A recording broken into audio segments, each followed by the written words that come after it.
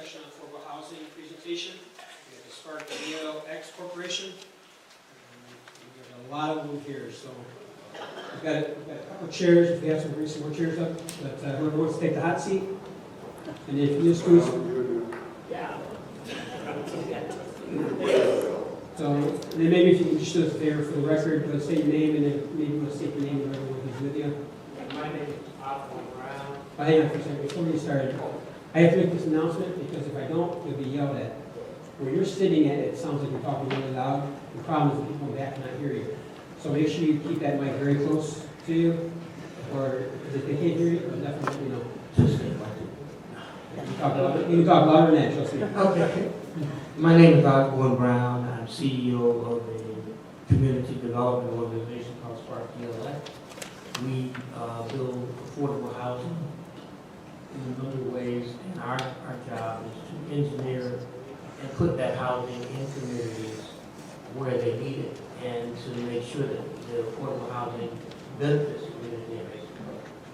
So that requires lots of different people to do that, and so I've sort of brought some of those people here with me tonight to answer questions about who we are and what we do. I'll start with Malcolm, who is C21. C21 is a partner of ours in Aurora and in Joliet, the communities where we are now going in around with housing. April Shakur is our mortgage. She works with FHA to get mortgages for, she's president of our own company. And she works to get mortgages for people who want affordable housing. By the way, our housing is somewhere between a custom brand new house between $130,000 and $150,000. A little bit higher than that because we want to provide people who can't afford to work on affordable homes. We know you can't get that anywhere in the area. Also, we have our president, Janetta Baker, who is our construction. She runs our construction team and keeps those guys in line. And we have Khalid Sharif, who is our real estate expert in case we're doing veteran housing. He has done a lot in that 20 years in Chicago. And we have Larry Thompson, who is our federal guiding light. He worked for the Federal Department of Energy for 20 years, and so he guides us in terms of federal rules and regulations, in terms of when we're applying for federal dollars. Also, we have Michael Simpson, who's a veteran on our team. He works with the VA and tries to get veteran housing, and also Michael is our project manager for working with cities when we have to talk to construction or land and the like. And the last gentleman is Jeff Tanner. Jeff is from Decatur, Illinois.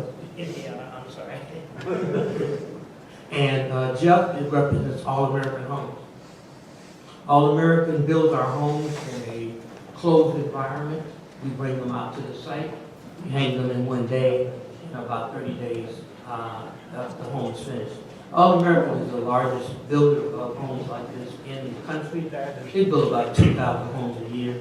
I thought if you had questions about that, Jeff would be my role is to manage these folks and to bring them into communities. We find that Aurora may be something very different than, say, Gary, Indiana, or Northwest Indiana, or Joliet. And so we had to get a number of people, say like if you wanted someone with a young family, or you wanted disabled senior. Those are special ones that people are needing right now from Chicago.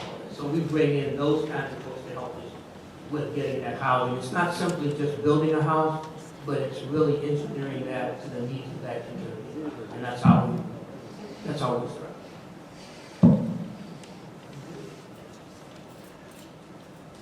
Everyone's received the packet. I don't know if anyone has any questions. Mr. Myers? So you haven't selected any of the lots or anything yet? We have not. We talked to JW and talked about what we could do. We do select lots. We have a team that goes in and looks at lots and to determine what would be the best lot. Normally work with cities and cities tell us what they have. But we haven't selected anything. We thought it would be best to sort of talk about who we are and what we do and how we work. We try to provide local jobs also. So when we do construction, we need local people and try to get local tradespeople. And in fact, we are going to be working with the powerhouse to train. We're applying for those funds to train people in the local community to do some of the work. So we thought that, and he thought that's going to be something to do before we start asking. You also, you're hearing and everything, so 25 to 35. No, we think that basis what's happening in the marketplace today, there are 3, maybe possibly 4 distinct categories of what we're seeing. One are young families, and that is predominantly families wanting to leave Chicago right now. Chicago is having a lot of problems, and there are a lot of families like Northwest Indiana with their realtor out there, but when they leave, they're paying rent. So that their rental price can't go much further than what they're paying right now. And so that's where we come in with our Americans Provide a Home. It's somewhere starting at $130 and going to $150. So then also there's a second need of people retiring, say like the teachers. They're retired when they get retired. A lot of them can't afford to still stay in that area because when they were in school, they had to live in that school.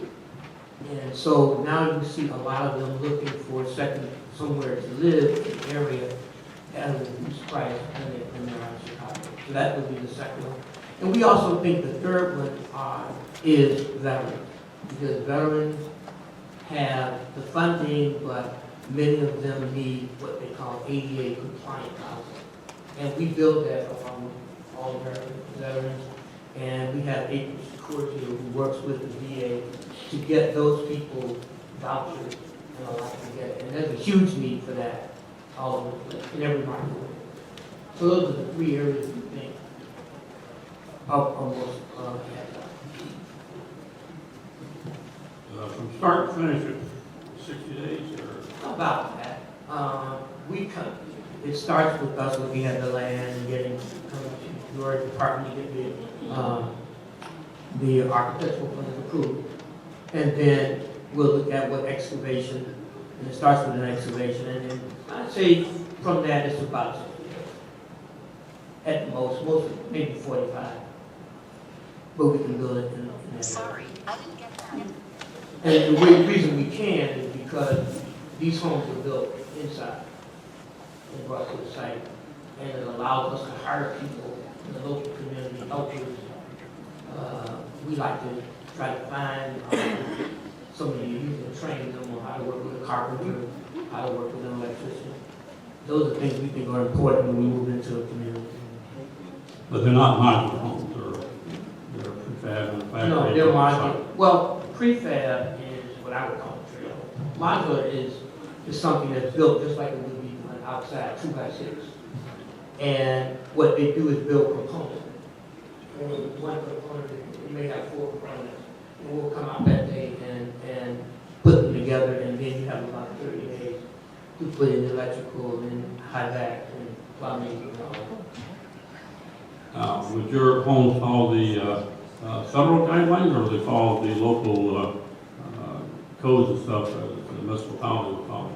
A lot of the prefab homes are established, they follow the county and the federal guidelines and standards. I would say yes, and I think Jeff can. Jeff, Come on up, we won't wait. Jeff, you made it to the hot seat. Sorry to avoid. Jeff is the expert and so he guides us in regulations and. Just talk loud in there. I'm used to that. Yeah. Any homes that are built inside a factory fall under 2 categories. One is the HUD code. HUD code is basically a steel frame, it's a double wide, it's a trailer, it's registered with the Secretary of State. We've never built those in 45 years. We built IRC and Boca code homes, so residential code, all wood construction, no steel frame, no chassis. Once they are put on the house, it is actual real estate. It is not a trailer and it qualifies for all standard They're, mortgages. they're bolted onto a foundation. It's a regular foundation, sill plate, and Big difference. big difference. Yeah. If you didn't know it, our trustee used to be a code enforcement officer, so I'm sure he has a whole load of questions. We sort of got that. You read up on them before you came, right? I tell you what, trustee, let me pass it on to anyone else has. I know you have more questions. Trustee Jones.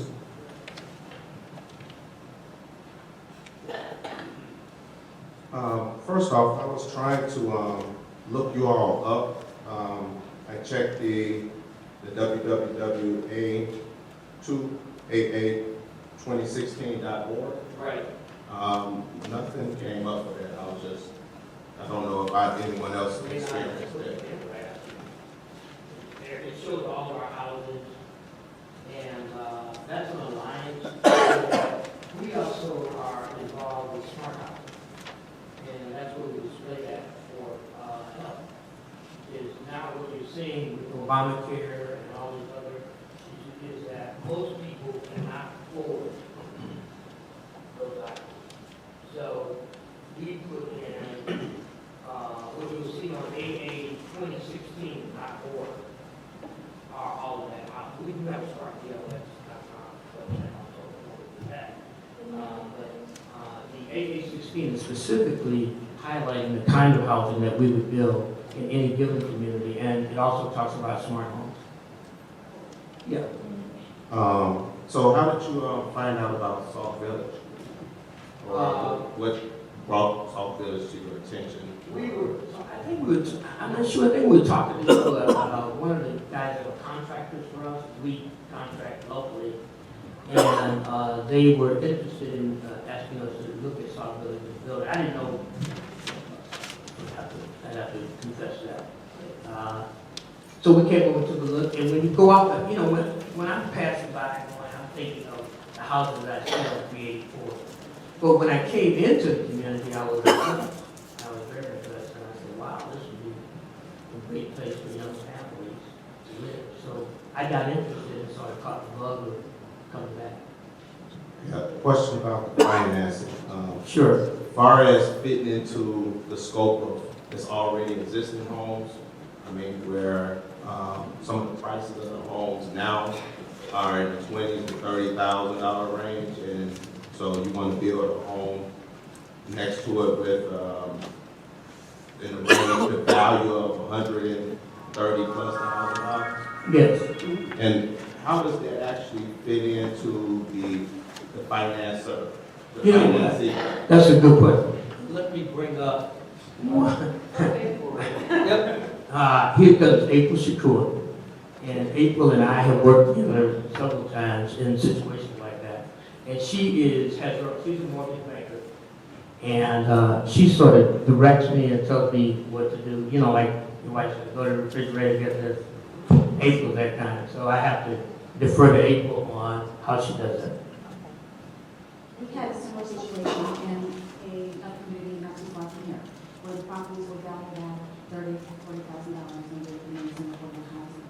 What I was able to do was ascertain an area that had similar housing to what we were putting up, that was actually going to be comparable to our housing.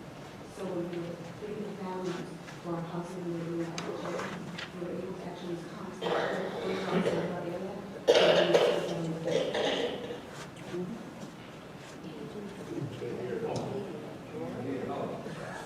I'm sorry, I speak something.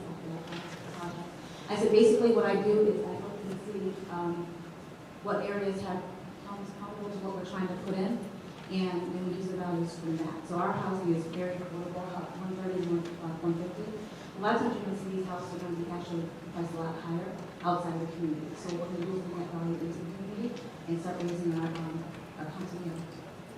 In fact, the lender allows you to go outside. If you have a house, you try to go outside, and you find the nearest house to that, and that's how we do that. They also Well, one good thing too is our homes, they were about 2 years ago in the 20s and 30s. Last I checked, I think we're headed back up to the 60s and 70s. So, I mean, we're starting to see a turnaround for the home values in our community. So it's good. And something like this would also increase the values of the homes. Yeah, FHA allows that, because they recognize communities have to build up, so they allow you. You guys gotta speak up. I'm sorry.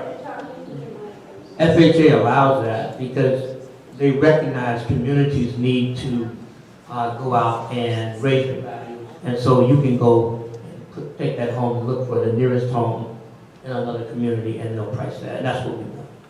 The other thing too is I just put a 2016.org, so I got their website, so Alliance Affordable Horizons for the Disenfranchised.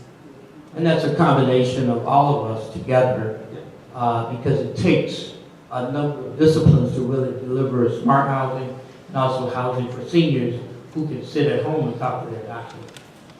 Or for parents who want security and safety. And we can build that in where you can be looking on your cell phone when your kid walks in the house. And he says, Mom, I'm home. And no, you're not. I'm looking in the car and I know you're not there. So we build that into each of the homes. All right, let's hear, get Trustee Burgess and then go to Trustee Williams. Thank you. Yes, I have a few questions. The first question, sorry about that, I thought I had it on. Vibrate. First question, you said your home is going to be from between 130 and 150. Correct. And so you said you're going to look for areas that are comparable and I guess build there. Because even if it's 60,000 or if a home is worth 60,000, you put 135 next to it. I don't know who's going to, I'm pretty sure whoever buys the house is looking at the area they're buying and then looking at what the homes are worth in the area that they're buying. You know, that's an interesting comment. We try to look at the area. In Chicago, when you have city dwellers, I mean, I can tell you right now, you could be around the corner from somebody that has $1 million home and, you know, you got basically dumpy apartments. So I'm not sure. I think what people are looking for, the customers we have, safety, security for their children, a good school system. That's really some of the most important things that are driving consumers right now. Not necessarily value, because their kids are getting shot on the street. And they really are looking, what we're hearing, we were just in Aurora, and what we're hearing is that they have more requests for this type of housing coming from neighborhoods in Chicago than they have room. Now, your company, what are you actually looking, are you looking for the village to do anything or what? I mean, because I'm looking at, you said you're going to place it on a lot. We don't need any funding from the village, or we're not looking for anything like that. All we do is look at the lots and see what's available for the consumer. Is it a location, maybe we might get consecutive or non-consecutive. And we are funded by this way. Okay. Now, what about basements? Because you said you're going to put it on a lot. Are you going to dig out basements included? We have some requests for basements and some requests for crawl space. It depends on what you're qualified for. Okay. Some people may not be qualified to get a basement. It depends on what your down payment assistance is. Oh, okay. So it's basically what you can afford. It's what you can afford. We size that. That's why we go from 130 to 150. Okay. And my last question, and Trustee Jones alluded to it a little bit, how you found Sauk Village, but you're looking for a land that you don't have to knock down the property. You're looking for a vacant lot, basically.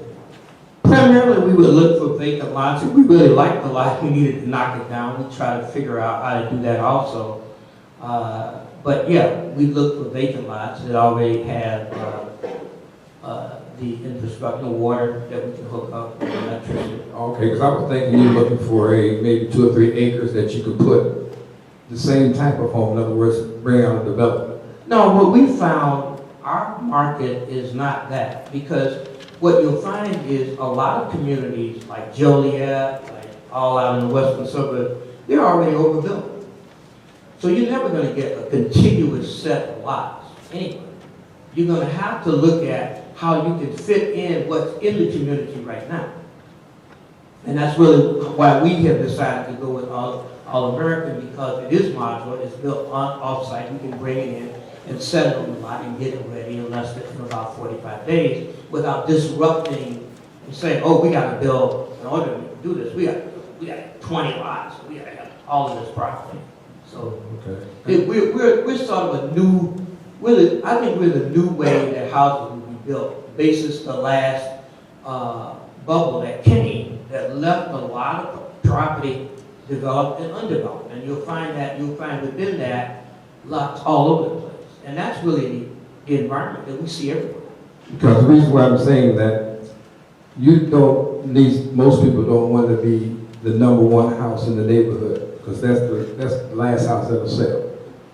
If every other home in your neighborhood sells for $60,000 less than what you're buying, you cannot sell your house once you buy it.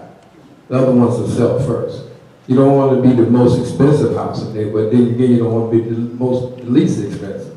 So you want to kind of fit in, but if the home that you're talking about building are in a neighborhood that's $60,000 less than what you're talking about building, because as we all know, once you start building a home, once you get into buying a home that's being built, your costs are going to go up, because if you want a light switch, if you want an extra box, if you want anything extra, that's extra added cost other than what it is that you're going to buy. So you can have the base price at $135, but by the time you get through with the add-ons, you may be up to $190. No, not at all, not with us. We build everything in. We do one price. We don't want a house for $190 because our marketplace, the consumers can't afford that. Right. So what we do is we give them a set amount of things that we'll do for $150. Okay, but that's what I'm saying. If you say 150 gets this type of upgrade, not upgrades, but this type of home, and you want upgrades, don't they? I mean, that's the best thing. Normally in our situation, we put in upgrades already because we're getting it from All American. We don't have to, we don't have to do that. Mostly our upgrades, people come and they want exactly what we're getting. Oh, okay. Because they couldn't afford a house anyway. First time I heard of that. But it's a new it must paradigm. be. It's a very new paradigm. It must be, because usually that's where if you want an extra light switch, or you want this included in that, you want different type of flooring, you want different type of walls, you want an island a little bit different because this is your house that you haven't built, that's the best time to do it. Well, normally the people that we're talking to can't afford all of that. Okay, but 130,000 versus 60,000, I mean, you're talking about your mortgage It's paying. square footage also. Correct. Sometimes they want the 130 is maybe a couple. They don't need they don't have a family. Square footage plays a role in that price. So, and what we found is you might have a husband and wife who just live together. And they don't want to they want the basics. And we do a pretty sizable upgrade right there. Everything comes with it. Because you have a No two-story. refrigerator, washer, dryer, it's all done. Because you have a two-story here, 2,100 square feet, 3 bedrooms, 2.5 baths, and you're saying that's 130 to 190. No, that's not the one we would be offering. We have a set of offerings. Remember, we can build any amount of housing, but what we look at is what goes with that community. And so that would not be the one we build. Okay, so basically I'm looking at, for that price, as a ranch, rather than a bi-level or a That's duplex, correct. That's right? correct. And, I'm just looking You can't at, get a bi-level. You can't get a bi-level at 150. that's not, because if you could, yeah, I can see you selling that if you could do that, but mostly it would be ranches at that price. We are doing 2 stories at that price. Yeah. How many homes have you, since you've been together, have you guys built? We just got communities right now. We're building about 5 of them right now for buyers that she has. April and I have built these homes for a while, and we also have bumping homes out of Braidwood, Illinois. He's been building the same kind of homes for like 20 years. So we all come together. That's what I'm saying, since you guys been together, since all of you, because it seems like it's a startup company. We built about 20 before, and now we're building, we're starting, we had to stop because the mortgage money wasn't there. And now there's more mortgage money out now, and the market is going up. Whereas before, you could not get 3% rates. And so it didn't make any sense to build for someone who couldn't afford that kind of home. Like USDA, we'll build in USDA areas, and they'll give you discounts as low as 1%, 1.5% more. And does it make a difference what type of community? Because I'm sure government money, and then you're gonna have people that qualify. Is there a certain income that you have to buy that? What happens is, if you're getting an FHA mortgage, you have to qualify by FHA rules. It depends on what you're buying and how much it costs, and that's a formula that FHA has, and it's up to April to manage that for the consumer. Okay, maybe I should ask April, what communities are we talking Tinley Park, Orland Park, Country Club Hills, Matson, or are we talking Harvey, Phoenix, Dixmoor, University Park, those type of communities? I'm sorry. I said, normally we are not building in those communities that you mentioned. We are really focused in areas like Joliet, and we go west of that. We are going south to Braidwood, where our contractor is. We are in northwest Indiana. In fact, we are in discussions right now with Gary, Indiana, of which we're talking about combining student housing with regular housing. Yeah, Indiana University, yeah. Yeah, they have university in the university quarter. And so we pick our communities, because not every community is right for this. And we're not right for every community. Okay. So we're not in some of the communities that have a lot more issues than we can deal with. You didn't answer my question. I just wanted to kind of find out where. Yeah, we're west. We're all the way west. We're in Joliet. We're coming around to northwest Indiana. And we normally team up with the large real estate brokers of that area, because they usually have 200 to 300 of these buyers looking for homes from 130 to 150 who can't buy them. And new homes in all of those areas are 200,000. Okay. Because I'm sure the mayor knows and Trustee Williams knows, it was two similar companies that came out to actually start a community right here behind the village. And there was another one that was right adjacent to the school, Rickover School, but then they found out that was a floodplain. And they had similar type of issues. They were, I call it warehouse housing. Warehouse house. In other words, you build it and you erect a house at a warehouse and you bring it out in pieces, you know. And they wanted to bring out the homes, to put this fabulous house on there, but the homes were 40 feet wide and the property was 45 feet. And Well, just to address that, in each community, we look at the setbacks. We make sure that we are within regulation of what each community is different. What the setbacks are in Joliet would be different than what they are here. What the setbacks would be in northwest Indiana, say Gary, or say Sherville, or they would be different. So what we in fact, we were dealing with that issue today, is that when we get a request on a lot, we look at exactly what the city requires, and we can design that house to that.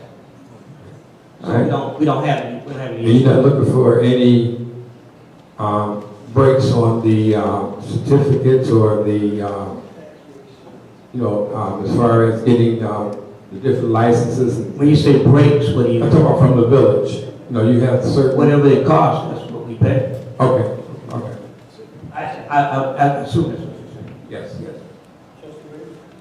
I just have a couple questions for kind of other tunnels, but on the one, there's no page numbers, but Okay. second to last page, he mentioned the 190, and so are you only, your company offers homes between 130 and 190, but you would only be marketing 130 to 150 here? Normally, I think that's the range of house we'll be offering here. Now, we do have consumers who'll say, look, I want all of these things that I can get. I want a basement, I want you to do this, I want 2,500 square feet, I want, normally, we don't do that, but what we've seen is our range in our target market that we're going after in terms of the consumer who can pay what we want, because we truly are affordable housing, is 130. Okay, I was just, because on your, like, flyer or whatever here, it says 190. Okay, and so then, It's not, if you say, would I turn down somebody want to build a home for 190? No, I told them where to go. I was just curious, because you kept saying 130 to 150. And That's our normal here range. it says Yeah, 190. that's our normal range. And that's been changed, by the way. Okay, That's older, that's older. and so, through the process, Yes, you said that you gave, buyers who have a certain set of, this is what we offer. This is what we amenities, yes. So do they get to choose like paint colors, different types of countertops versus cabinets Yes, or whatever? yes, cabinetry. You can upgrade the cabinetry, you can upgrade the refrigerators, stoves. All of that comes from our brand. And all this can be done in a 30-day turnaround? 45. Yeah. It comes with the house. When we bring it out, it has all that in it. All we have to do is finish it off. Okay. And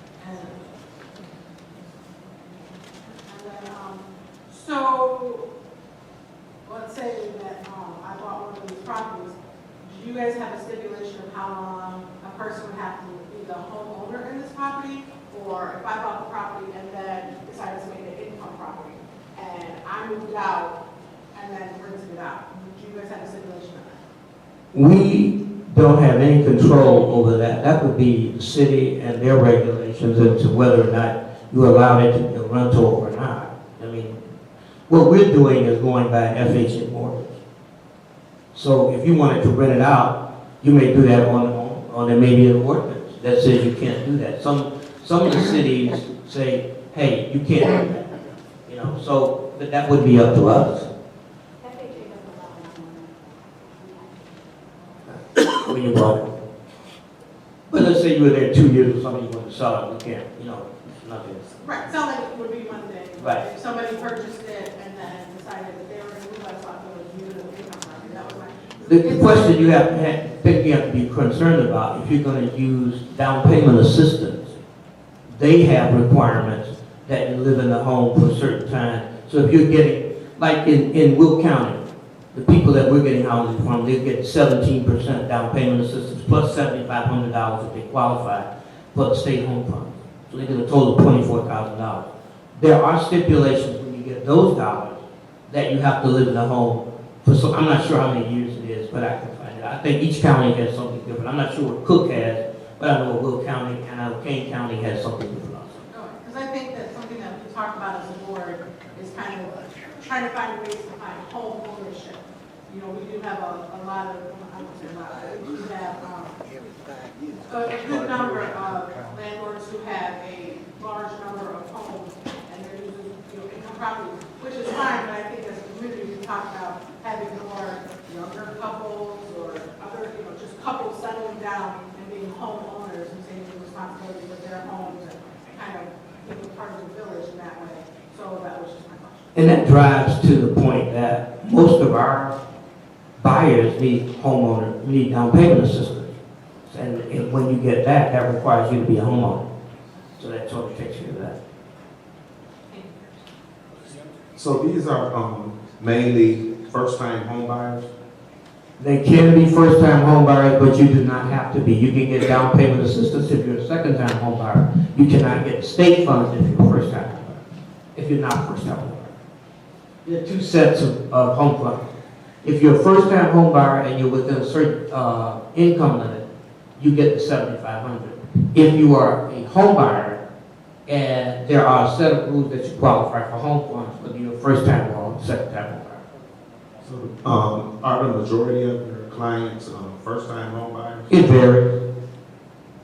We have, yes, with the ones that are going in now, what we're working with C21 on, they have about 250 who are out in that western suburb who can't buy anything. They're going to all be first-time home buyers. And we're looking for those lots right now and getting them on. So I would imagine they would all be first-time home buyers. I would say that. Sorry. Evening to both of you. What is the anticipated cost of the lots? talking about? Well, in most cases, in Joliet, they give us a list, and what they're looking for is tax revenue. They just give us a lot. That's what's happening in Joliet and also in Gary and in Northwest Indiana. Okay, earlier, people talked about the cost of a home. So that includes the lot? It does. It does? And what amenities That do you keeps the provide? house down, keeps the price of the house down. Okay, what amenities are included in your, I can call it a package? Okay. We get cabinetry, tile, carpeting. In ours, it's stove, refrigerator, high-end, washer and dryer, and then there's all the lighting and everything. It's really set to go the minute you walk in the door. All you do is push the furniture in. And the connection fees that are attributed to all of these things, is that included in the price? Yes. Yeah, if we have to connect to electricity, you know, we have to, we go and get, we have the electrical contractor, he pulls his permit, and he goes out and does that. The customer sees none of that. Okay. It's all built into the price. All right, driveways, garages, Garages, if they want, and many times if you look at our homes, the garages are included, you know, in that. Because that's, you know, it's snow time, that's a big thing, especially the single moms. We even have a product coming out for single moms. And that has security, you know, we're working, I think, with Comcast on that one. But where they can tell if their child is in the home, if their child is playing outside, whether they're working or coming home in a life. And so we are developing a whole product just for single moms. what about the plumbing? What kind of materials are used in your plumbing aspect? Standard, whatever the HUD grade is, and we just, I'm not sure, Jeff, it's time for you to come back up to answer that question appropriately. That's right. I'm not the engineer in the room, you have to excuse me. Now, standard plumbing that we use is PEX, cross-linked polyethylene. Right. As far as all the other products, we use Anderson windows, Merrimack cabinets, NAFCO floor tile, Shaw carpet, Seagull lighting. It's all national brands, it's all fully warranty, and they would have a choice of, we use Wilson Art countertops, they have a choice of 50 different colors, NAFCO flooring, 16 different colors. So when you talk about upgrades and all that, no, it doesn't go $40,000 in upgrades. They could choose 100 different variations and never vary it, because it's all included in the package. My question kind of surrounds the use of copper when I was talking about plumbing. We can use type L, which I believe is the code here that we have to use in Illinois. Cook County is copper, however, but doesn't require you for occasional Right. Correct, and we're set up to do both. So if you do, like I said, they do use a type L copper over here, which is required to do that, or we use PEX. PEX does not react to water, so you don't get that kind of buildup. It's a much, much better product, and so we try to use that, but where code requires, we use the other yards of cost. And I just think we ask for variances. We have, in Indiana, all the relatives, we'll go out and ask for a variance. All right, thank you. Mr. Mayor's got a question. The other thing too is, I know we talked about the other two housing developments. I know some of the residents might have heard that both those housing developments happened before the housing bubble burst. So, I mean, behind the village hall, there was a housing development started, when the housing bubble burst, everything just stopped. And then same thing with the one down the street here on Torrance. They were getting ready to start in the housing market. There was a housing developer that wanted to build across the street before the housing market busted. So We find that a lot there. That's sort of where we fill in the gap, is coming in with this kind of housing, because that's what we're seeing all over the country. just a minute. What's the minimum size lot that you will build one of your homes on? Our minimum limit is 4 feet. So, and we can go down to we have a 35-foot wide lot by 50-foot deep house. Ours been inside 6,000 square feet on the property a lot. Yeah. Yes. Because we use a 24-foot wide house, that's our minimum width, we use shotgun style. Oh, okay. Yeah, there has to be some depth there. Yeah, but we do narrow lot structures. You ever been to the Museum of Science and Industry in Chicago? That energy efficient house in the middle? We built that came from our facility. Do you ever, this is, I forgot to talk about this, have you ever put up one of your homes next to a house that sold for like $25? Or that was selling for $25, on the market for $25? You built one of yours home next to that, you ever done that? No, we haven't ever done that, but that would not, I mean, Jeff, I can tell you, because I cover the entire Midwest and part of Canada, we've done that many times. You don't have a choice if you're trying to raise property values of the city. You don't have a choice. You can't build a house for $20,000. Right. So you have to put new in. And as I said, they're going to look for comps of new houses not existing. So they will say, what is a comparable cost as you're building this new house? And our square footage price is generally about 20 to 30% less than a site build because of the efficiencies done in our factory. So by us going in next to a house that is only $60,000, we're raising the value of that house as well, but through government subsidies and whatever Someone else. actually bought that house. Someone actually. We have done that in many places. Yeah. Now, you have to go in, if you're going to have a community go up, the only thing you can do is put in some nice homes. I should also say that one of the things that's happened since the bubble is that there is now a huge demand for new housing at very affordable prices. So people will go to a lot. It used to be, well, go here, sign up, you get this house tomorrow, $300,000, and you only have half of your job. But that's not the case anymore. And so people are looking for affordable housing. If you go to any community in the western suburbs or where they're building, or even Northwest Indiana, I mean, they see people coming over there, and lots are going up by $36,000. You know, so you're finding home buyers who are saying, I need a new house, I need a good community where my kids aren't going to get hurt, and I need a good school system. And if I can get that, I'm satisfied. This panel, you have that date on it. No, I was asked to put together by JW dates. He said, well, look, I want to give us a sample of what you would do and what the project piece would be start looking for the property. If you look, all those dates are really just talking about our activity when we start to build something that gives you a timeline. Yeah, just a timeline of when you said, hey, here's a lot. And what we do from the time we get the lot till the time we build a house. That's what those dates are for. And he asked me for a timeline so I can give you a real time example. Trustee Williams? Just one quick question, what about mortgages or your, or options? You know what, I'd like to answer that question, but I don't control the icebox. Are they, I think it's the 30-year fix. You want something different? I don't see it. Yeah, something different.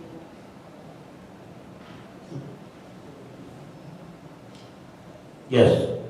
My question, Mr. Kerr, I think you mentioned that, correct me if I'm wrong, I think you said that FHA, you can contact FHA to expand the radius or the area when you're looking for comparable home prices.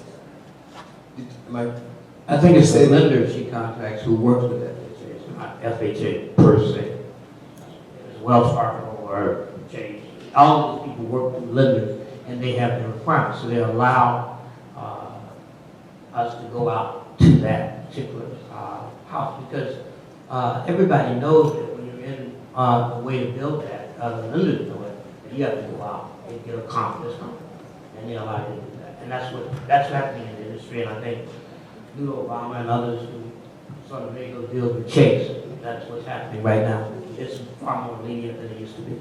Okay, I'm trying to get a feel for what radius that you're talking about expanding into. Because if you go 30 miles from Sauk Village to find a comparable home, you may not find it. If you go 50 miles, you may in fact find a comparable home.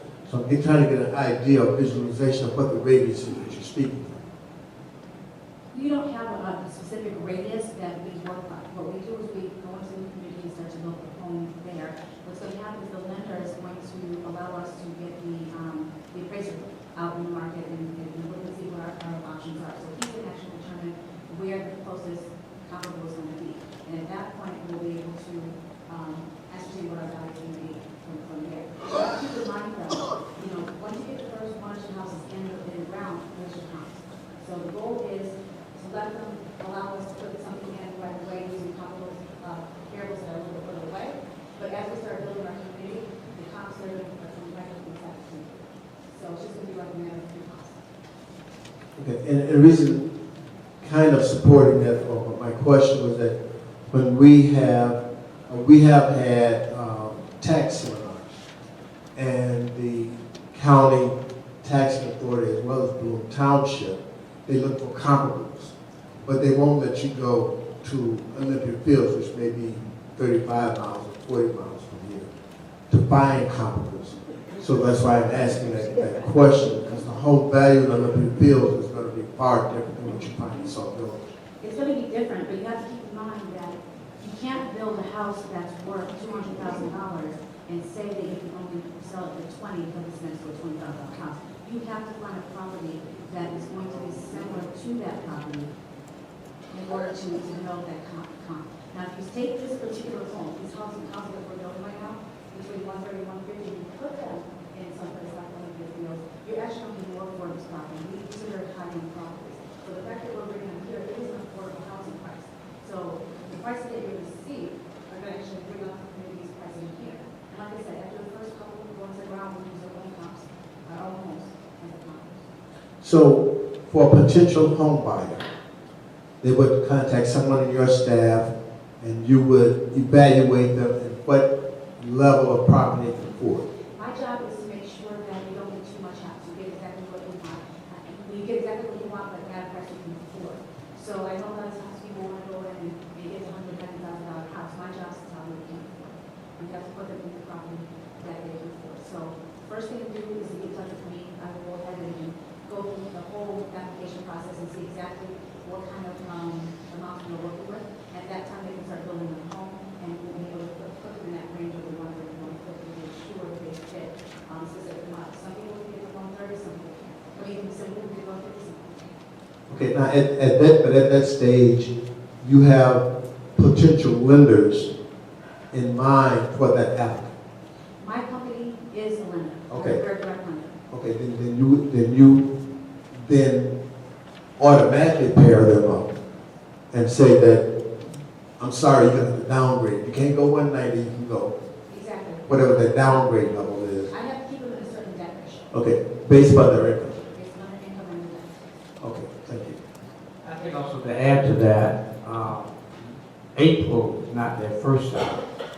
Their first stop would be the subsequent realtor, because they need someone to protect their interests. So we get them with the realtor right away on the buyer side and on the seller side. Okay, I'm sorry, I missed the first part.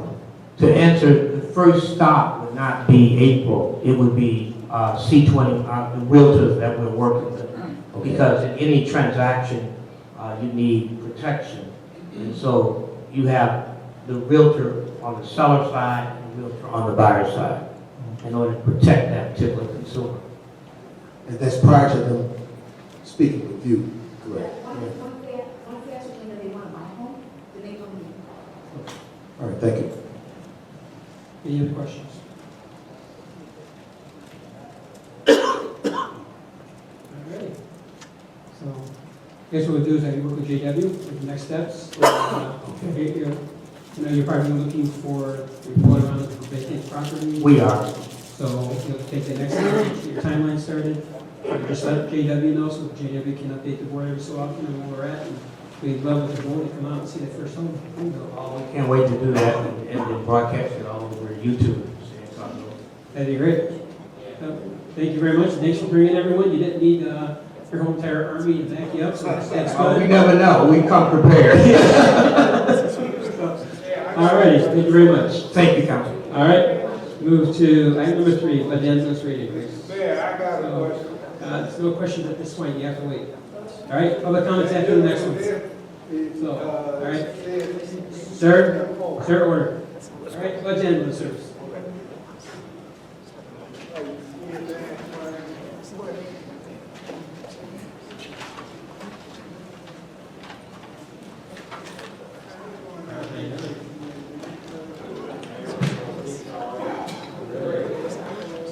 Everyone should have received the letter in their packets. That's Glenn's to be here to go over this. So if you have any questions, so I don't know if you have something you want to start with. Yeah, if I can go ahead and start. Okay, that'd be great. Thank you for letting me get time with you guys. My name is Ron Robertson, I'm the Chief Operating Officer for the You can't just speak a little bit closer. Okay, now March of this year, we sent a letter out to you, Mayor, and the trustees, notifying you that we're going to do a rate increase for our general general customers in the towns we service. It has nothing to do with the villages themselves. There's no increase in the village of Sauk Village for, back in 2017, I believe, in March of last year, you guys signed a 3-year agreement with us, and our rates still go up to 2017 for the village. This is a normal and customary rate, first time we've done any kind of rate increase in 40 years. We don't know the cost of living's gone up quite a bit in 4 years and cost of operations. For the general public, what it basically means is we still are going to be billing Medicare, public aid, HMO, PPO, all the fun stuff that's out there today.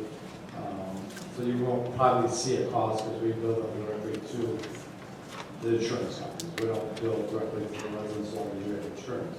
If you don't have insurance, we work with you to make your payments. You know, so we're very comparable to everybody else, but it has nothing to do with the direct cost of the village. All right, everyone has the letter, they've received the price list along with the updated price list. And does any trustees have any questions?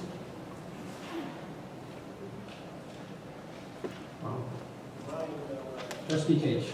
That's not go directly to this, it's kind of history with Sauk Village. I recall that we did enter the last agreement with you guys.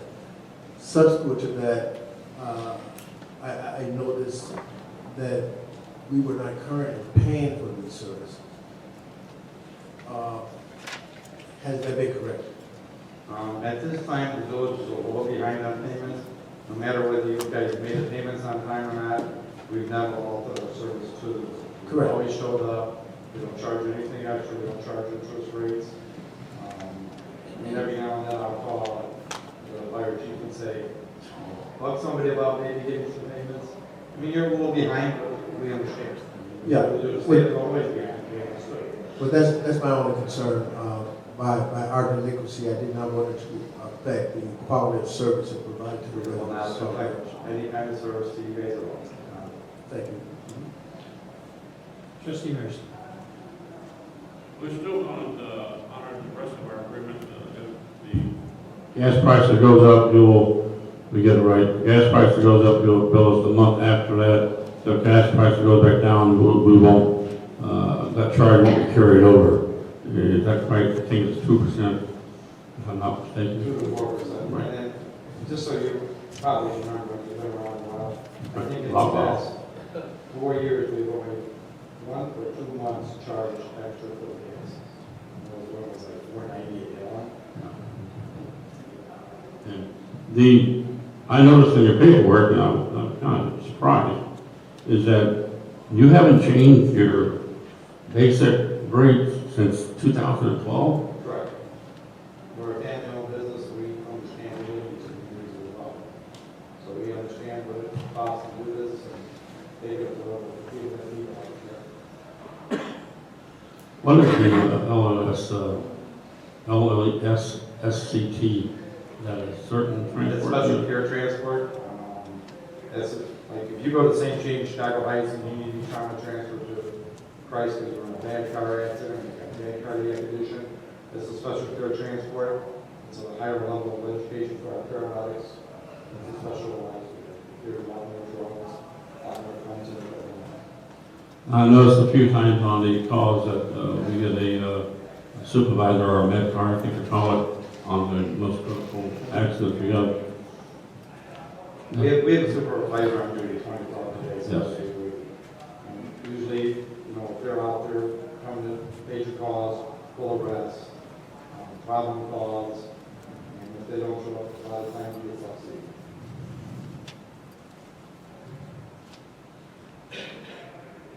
Maybe a silly question, but your rate's pretty compatible with the rest of them out there? 100%. Any other questions? Trustee Tate. How is this going, I'm sure you're aware that St. James is, Chicago Heights is kind of more by the wayside in some respects. How is this going to affect the fact that now you have to go to other medical facilities that are further away than St. James? All it's going to affect is us spending more money on gas, patient care. In reality though, and you have to read up on it, trustee, because I do know that St. James is offering monies to towns to help subsidize the annual service because of the distances they're going to travel. I just saw that in the paper today. So you got to keep that in mind. I don't know. Well, the last thing I saw, they were provided to Chicago Heights. I didn't see Sauk Village. I didn't pay attention to the towns, but I know there were like 5 or 6 listed. But yeah, it won't affect you guys alone. It's going to affect us with mileage and wear and tear of the vehicle. That's what doing business is all about. Any other questions?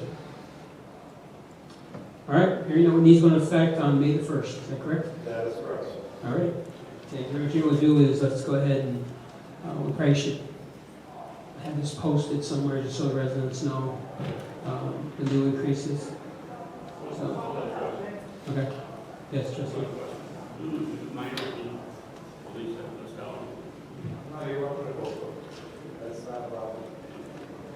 So we'll post the new rates so the residents know. There's no surprises. Thank you for your time. Okay, thank you very much.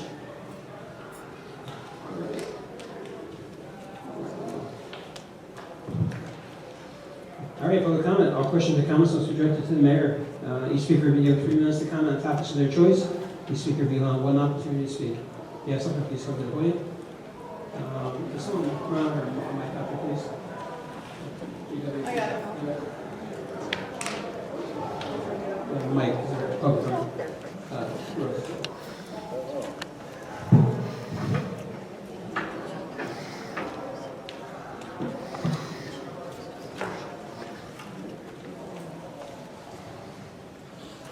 I'm so disgusted.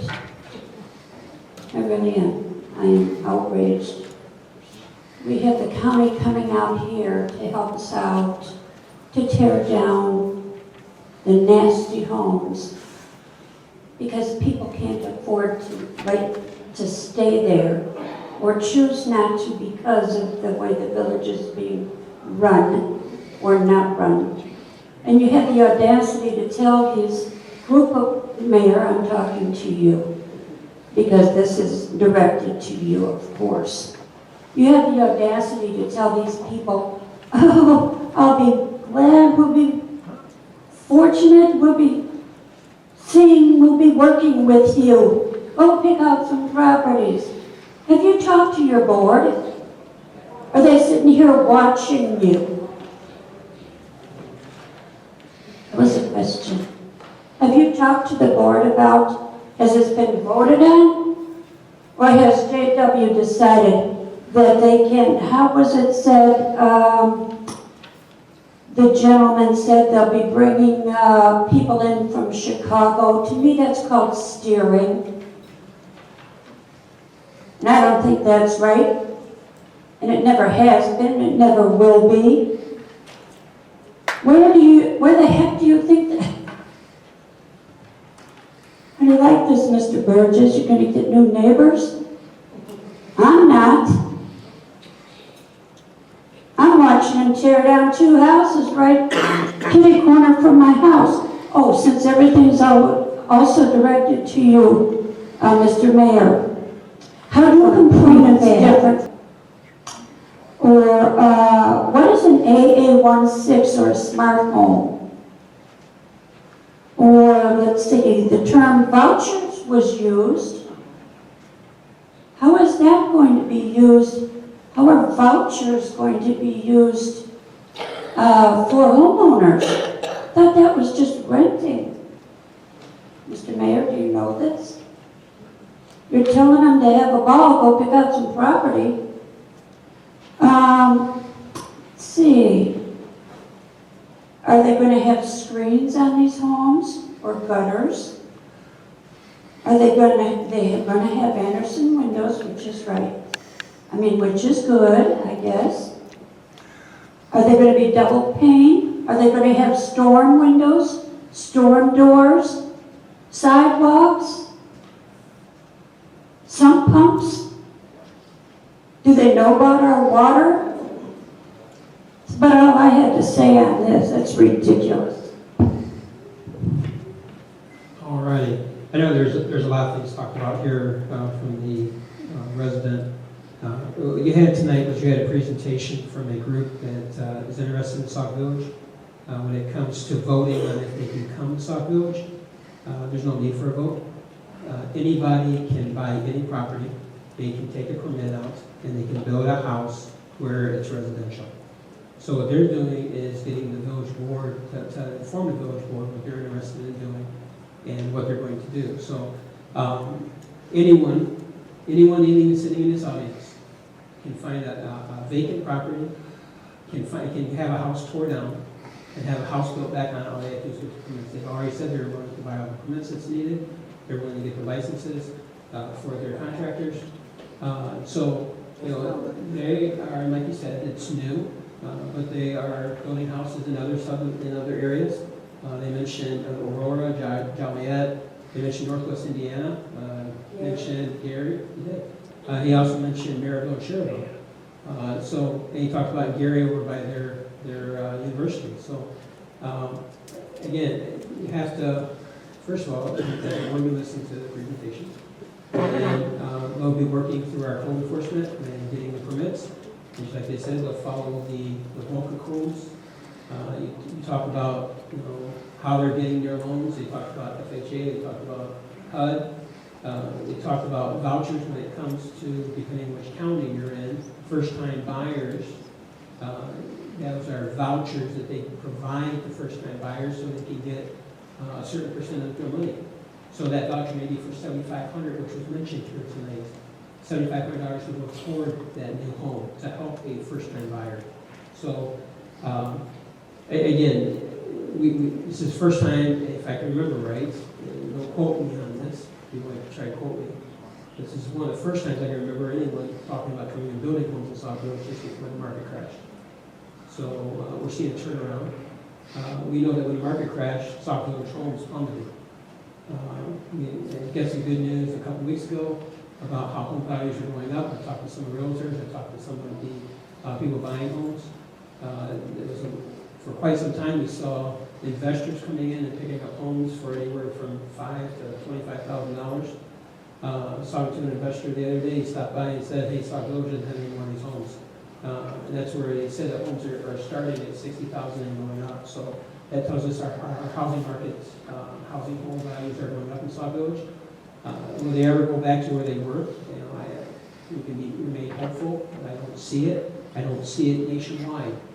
In the entire United States, house values going back where they were. There was loan officers out there that were crooked, that led people wrong, and a lot of people lost their homes because of greed and because of crooked loan officers when it came to the housing market. So that's where we're at there. But again, I am excited to see when the first homes go up, and I am excited to see if they're going to be able to help residents. And they talked about bringing hopefully potential jobs to local people and helping out when it comes to building these homes.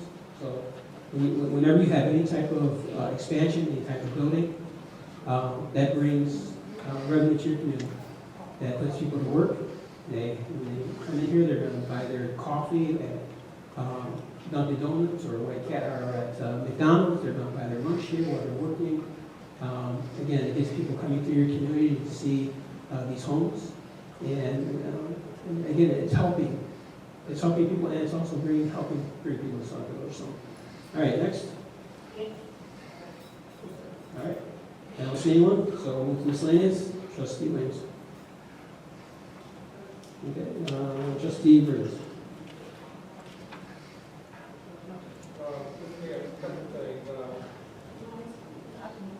Oh, sorry.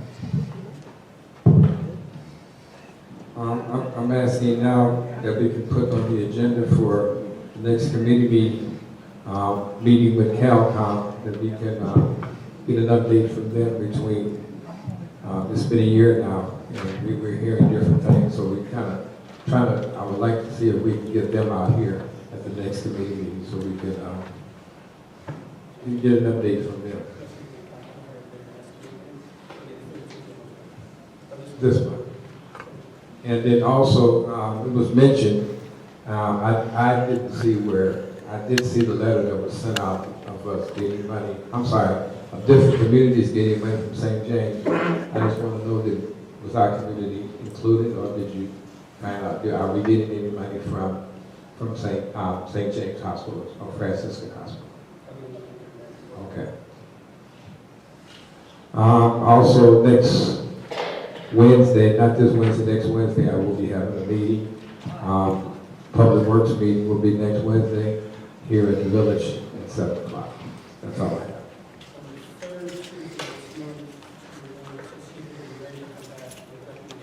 I haven't gotten anything yet from Mr. Fairman, so I'm hoping that, well, we have our meeting next Wednesday, so it would have to be before then, I mean, either after then, but I need to get the paperwork.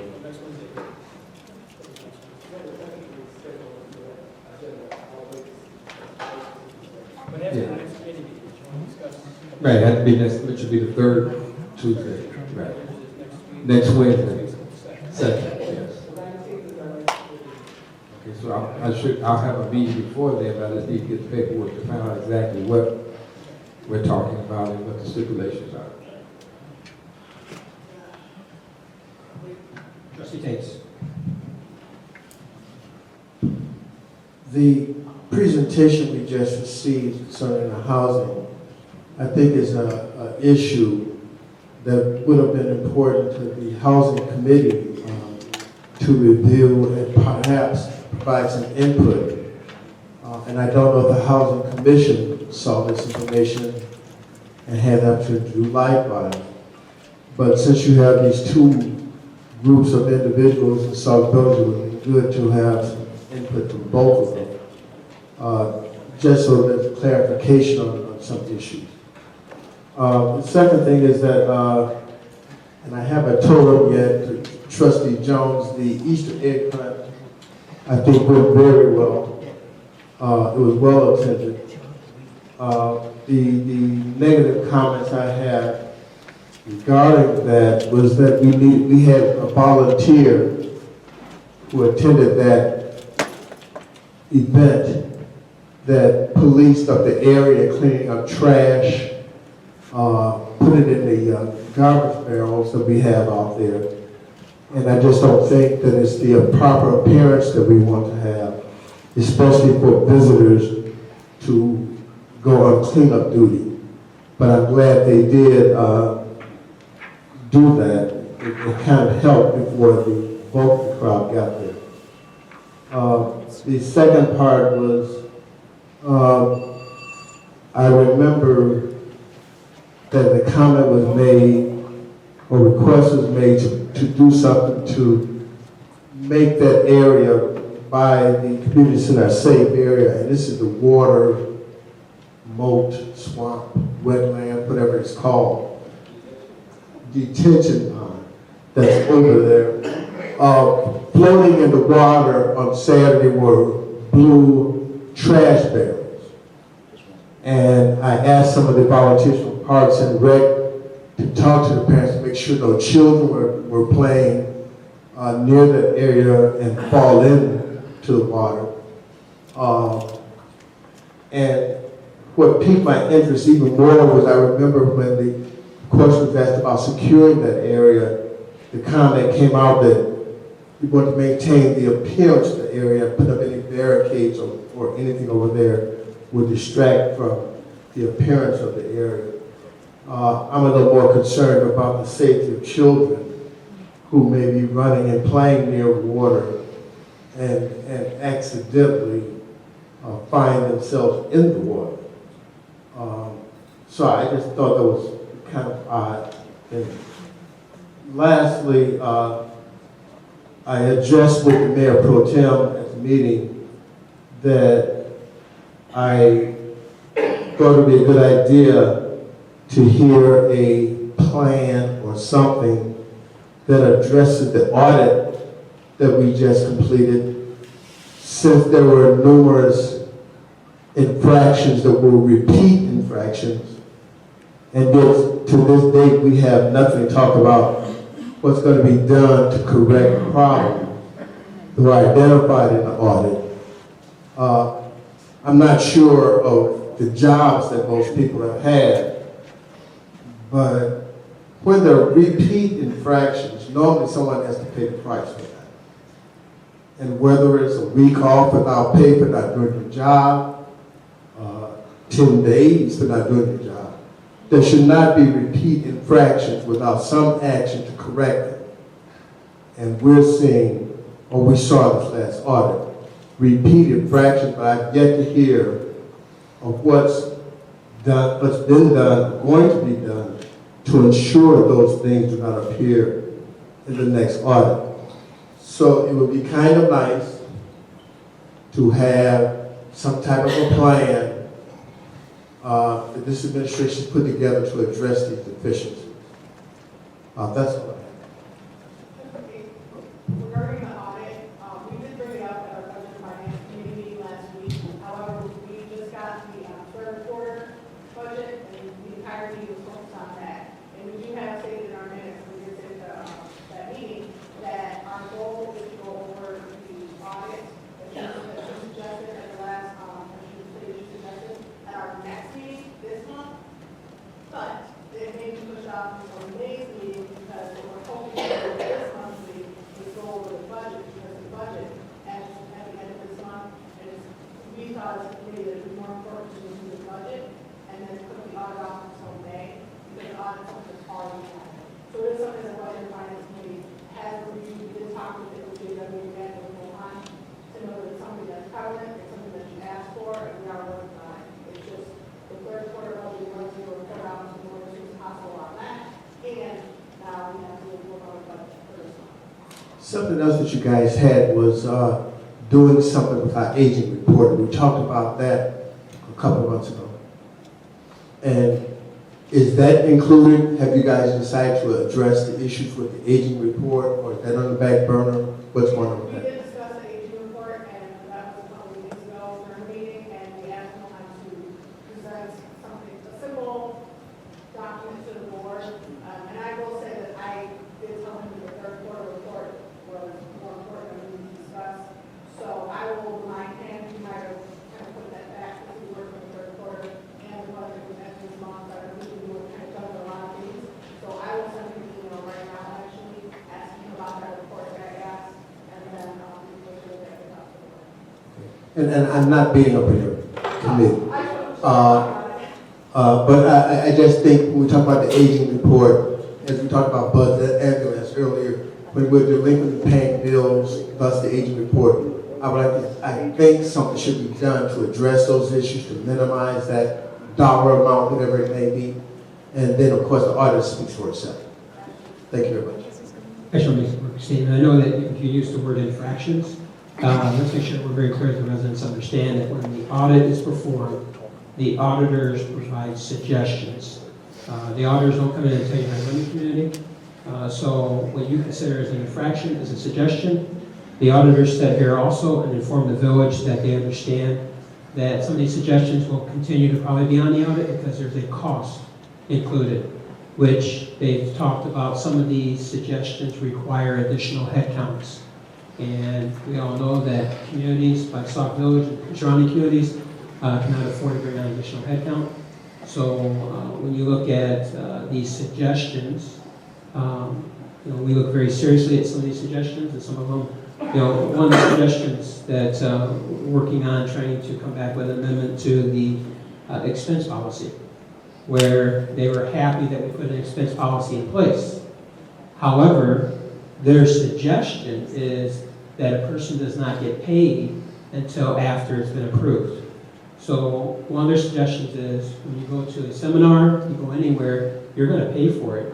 You're going to fill out your expense report, you're going to turn it in, and their suggestion was after the expense report has already been approved and shows that all the receipts are there, then the individual would get their money back.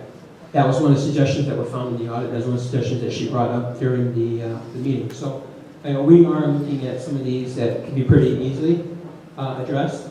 It's going to be a little bit of change to policy. We'll have to make some adjustments to our like, again, we use, for example, the expense policy. We'll have to make some changes to that. So just so everyone knows that we are looking at those. And probably within a couple months, again, right now, too busy working on a budget.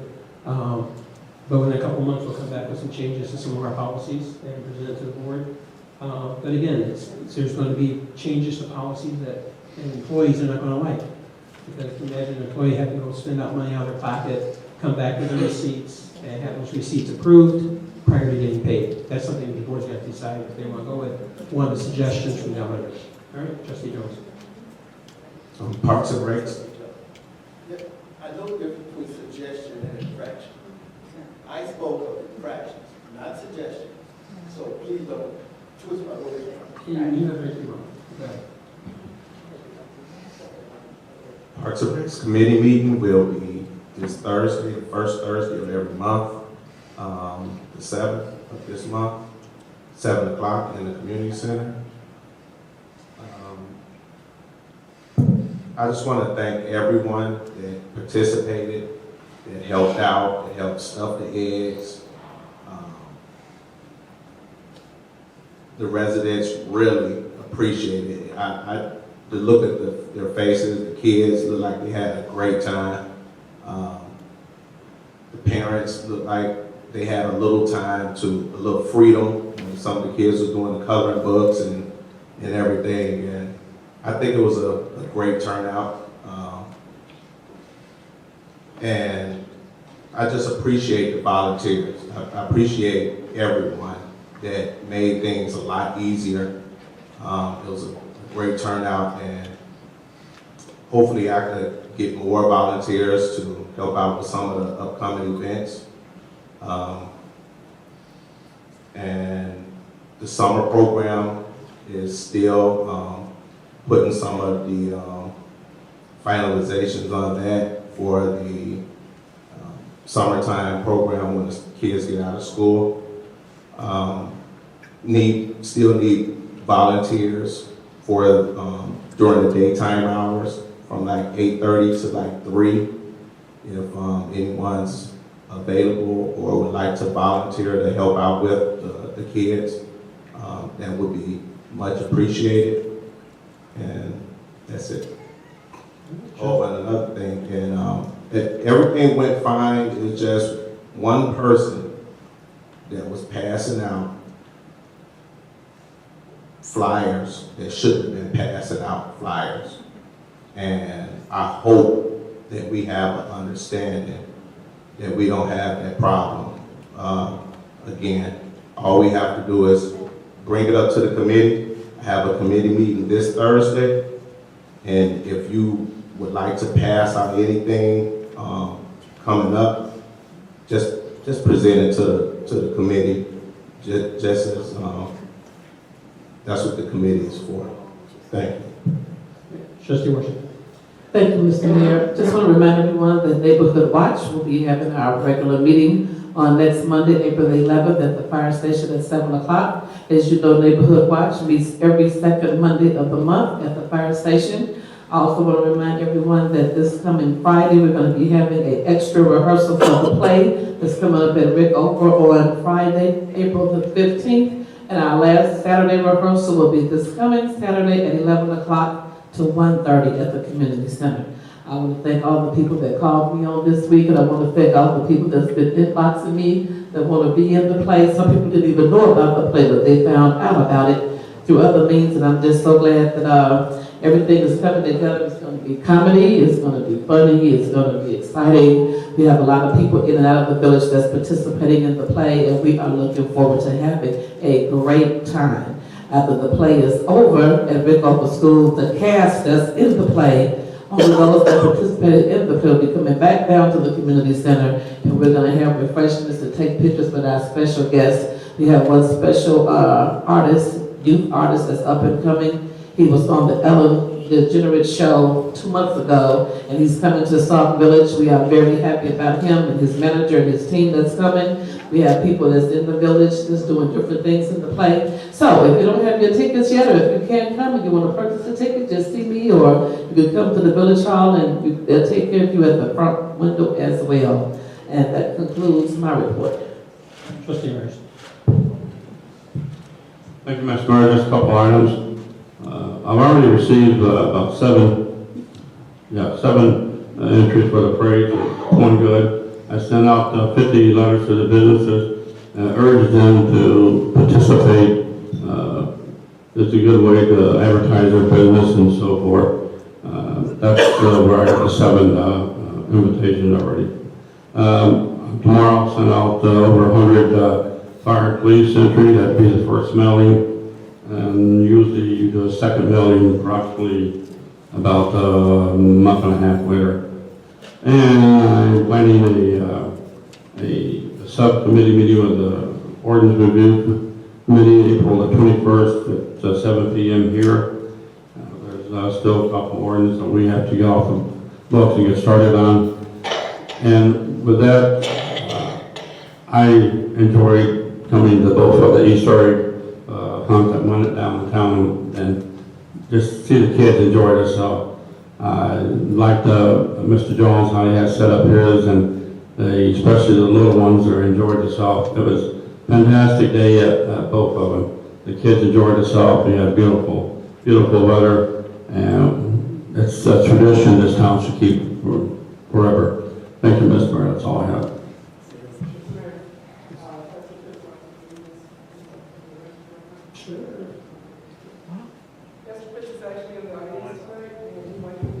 We can't hear you.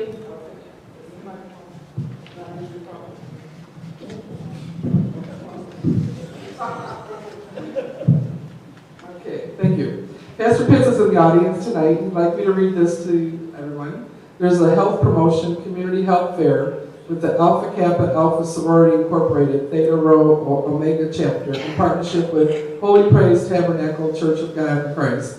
It's presenting a health fair promoting heart health, healthy eating tips, stroke awareness, diabetes awareness, mental illness. The guest speaker is Marianne Bifos from Advocate and National Alliance on Mental Illness. Saturday, April 9th, that's this Saturday, from 10 to 2 p.m. at the Holy Praise Tabernacle Church of God in Christ at 22132 Torrance Avenue in Sauk Village. Everyone is welcome, and it's hosted by the Alpha Kappa Alpha Sorority Incorporated. Thank you very much. And I did ask him to send this to me so I can e-blast it for those who are not here tonight. Thank you.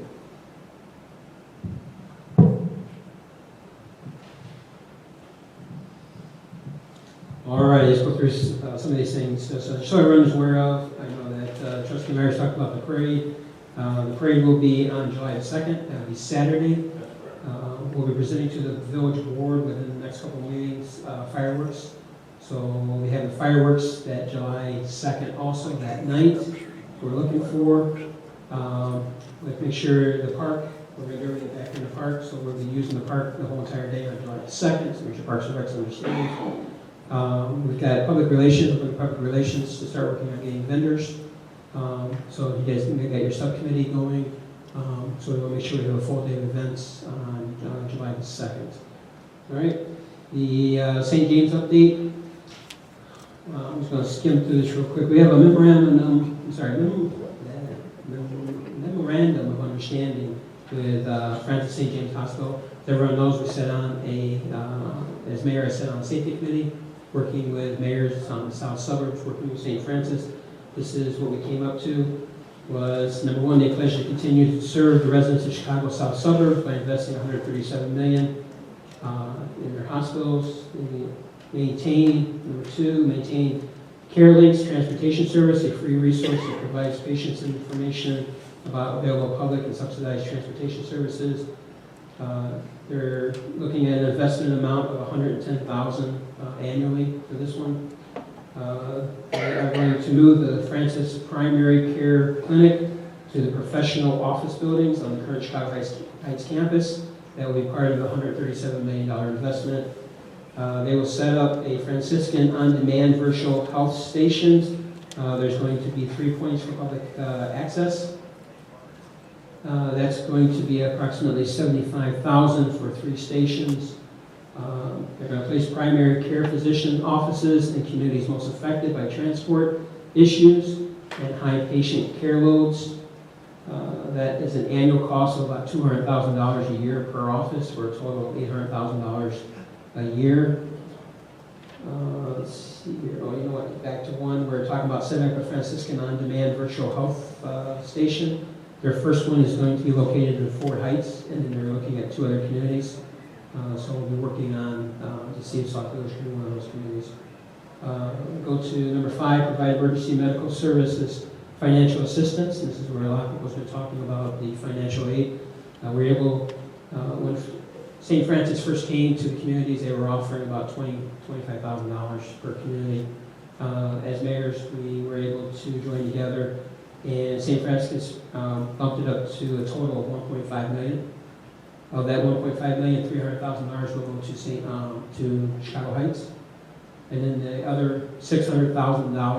Well, $600,000 is broke up into 2, and there's the region area number 1, which consists of Stager, Crete, and South Chicago Heights. There's $600,000 there, and we fall underneath region area number 2, which is Glenwood, Fort Heights, and Sauk Village. So we've got $600,000. I go through everything, but the commitment is made knowing that many of the local communities are concerned about the impact of their ambulance services for the betterment of their community. St. James Health understands the concerns and vows to be a good partner with the surrounding communities and EMS leaders.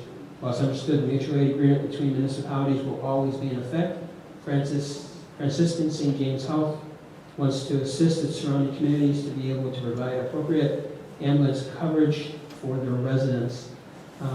These funds will be used for vehicle acquisition, maintenance, equipment upgrades, other costs associated with patient transports. So as mayors, we're going to be sitting down and take a look about the funds and how they're going to be spent. We'll probably break down into our regions, which we talked about in Chicago Heights and region area number 1, region area number 2. So we're able to get that in there. The other thing is build a state-of-the-art comprehensive urgent aid facility to address 83% of the patients. And that is at their Olympia Fields expansion. That's part of the $137 million investment. And everything from the health emergency department, staff board certified emergency medical, physicians, nurses, paramedics, on-site testing, x-rays, CT, EKGs, ultrasound lab. There's a whole entire bunch of medical terms. I'm not going to go through all these. That's part of the $137 million investment. And Franciscan St. James Health commits to working jointly with Chicago Heights to redevelop the area where they're tearing down the St. James Hospital, which is on the corner of Route 30 and Chicago Road. So they're going to work with them to help on the economic development portion of that. And they've committed to invest in economic development at the hospital campus. And that last one I just mentioned is an investment of about $1 million. So everything from contracting, planning, marketing, the property, attracting retail or commercial businesses, revitalizing and beautification projects. So they have about $1 million there they've committed to. So everyone kind of gets an idea. A lot of this credit goes to David Gonzalez, so we want to bring it to our attention. As soon as we found out that St. James was closing their doors, he was on the phone to mayors in surrounding communities, and able to get a committee, especially with mayors, all who work jobs and are all over the place. We were able to get times where we could meet. We've met multiple times with Ernie Kimball and the Franciscan team. Talk about our concerns, with our ambulances going further, making sure that we have ambulances available. A lot of work went into this mutual agreement. David Gonzalez was at the head. He was the one that mostly everyone saw. He was the one out there getting the people rallied and making sure that people were at the meetings. I don't think anyone was able to attend any of the public hearings, but there was multiple public hearings. There's around everything from Madison to Chicago Heights, Stager. But once we started getting into this memorandum of understanding, we were trying to have, at first, public hearings in every single community.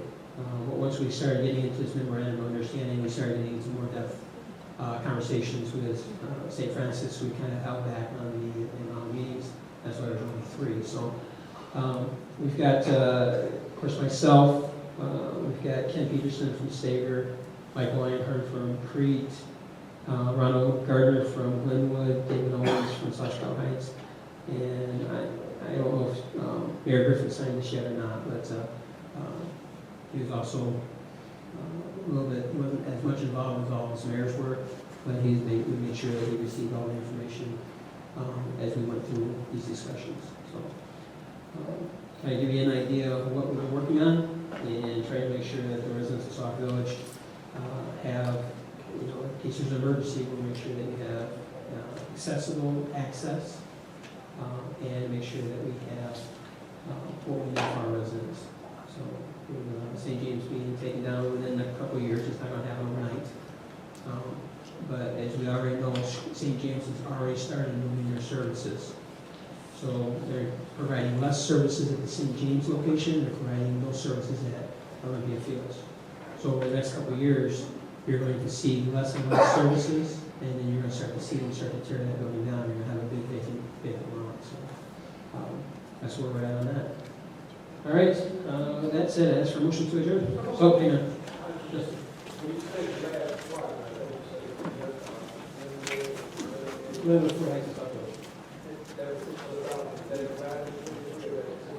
We're going to, so Chicago Heights got 300, and then the other 2, Region 1, getting 200,000 for community, Region Area number 2, 200,000. But as mayor's, we have to sit down and we're going to go through on how we're going to spend it. We're looking at probably putting a committee together because it's not going to just, committee's not going to just take 200,000. The committee's going to have to review again. There's strict guidelines on how the money gets spent. So we're going to make sure that we spend that money accordingly. And it's being done the way we get the memorandum. 300,000.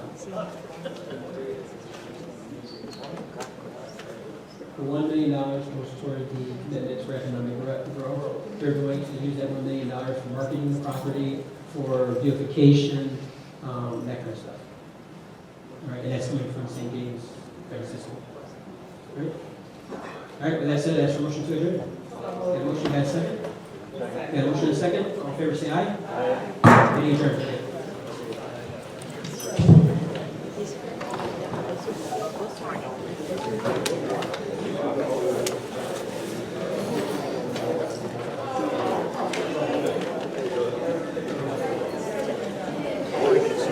Unidentified voice call.